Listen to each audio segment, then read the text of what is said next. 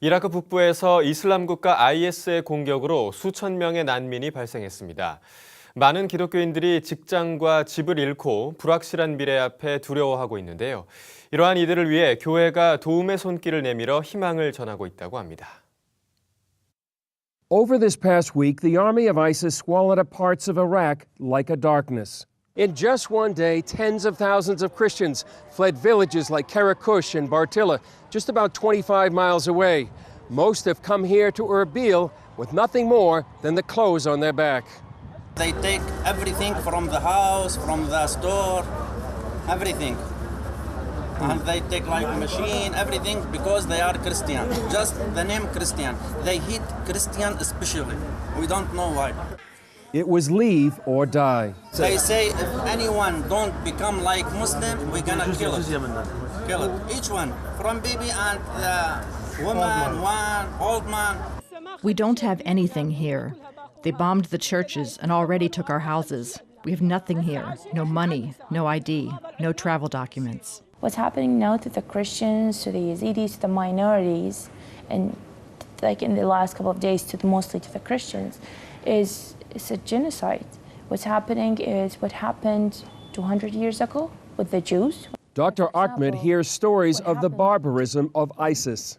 That ISIS was killing, shooting the kids and the people, and they are laying them on the ground, and they bring tractors that they walk over them in the front of their families. They take women out of their houses. So let's say each family that they have three daughters, they would take one.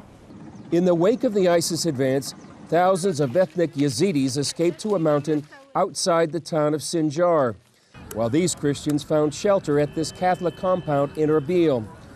A few weeks ago, these families fled when ISIS cleansed Mosul of Christians. ISIS gave them an ultimatum. They gave us four choices: either convert to Islam, or paying tax, or leaving the city, or the sword. They are using the sword to cut off hand and also beheading others. So I don't think this is the behavior of human beings, but wild animals do that. ISIS looted their properties and left them destitute. They took this woman's dentures, wedding ring, and documents. They took everything. We asked them, please give us something to show that we owned our car, our home. They said, here you have nothing. ISIS searched the home of one Christian in Mosul and discovered these two New Testaments, one with a camouflage on the cover and the other with an American flag inside. They accused him of being both a missionary and a spy. ISIS put his name on a list. He told his story, but asked us to hide his identity. Hey, stop, get back. You are a Christian. The terrorist told me we will kill you. Sometimes the pressure is overwhelming. Jesus, save me. Oh, the terrorist. Forgive them. Because they didn't know. They didn't know what they were, what they act. Even though these Christians are the original people of the region, many simply want to leave. They're pleading for the U.S., the UN, and Pope Francis to help. We are asking the responsible states of the international community to come and look and see how all the people are living here. Where can you go when you've lost almost everything? Many of the churches in Erbil literally opened their doors for the many Christian refugees that fled the advance of ISIS.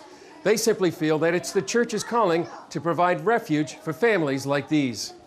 The Kurdsman Church transformed their building into a true sanctuary. The building is for the humanity. Pastor Majid Mohammed opened doors for both Christians and non-Christians. We wanted to show those people we don't care that they are Christians, Yazidis, Muslims. We don't care about that because they are human beings and they have been fired out, kicked out at their home by ISIS and the terrorist groups. So this is why we wanted to show them that as a Christians we love them and we are very glad to have them here and serve them. This man led a mini exodus of several families to the Kurdsman Church. On behalf of all the people right here, Pastor Majid is really showing the love of Jesus.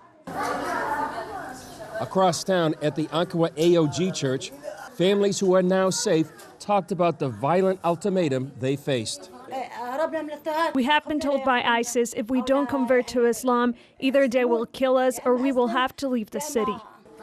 For most, it wasn't a choice at all. We prefer to die rather than convert to Islam. God has created us as Christians and we don't want to convert to Islam. The power of God keeps us and strengthens us to remain as Christians. Most will never return like this policeman who escaped with his family and 10-day-old baby. I am already wanted by the Islamic groups over there. And secondly, I am a Christian. As a minority, I am also wanted by ISIS, so we cannot go back there anymore. Most told us they simply want to leave Iraq. This is the only way or the only solution for our problem because we cannot go back to our home and we cannot stay here. We want to go out. Even if they provided international protection, we don't want to keep staying here. Their long-term fate remains one of the major questions in this humanitarian crisis. Chris Mitchell, CBN News, Erbil, Kurdistan.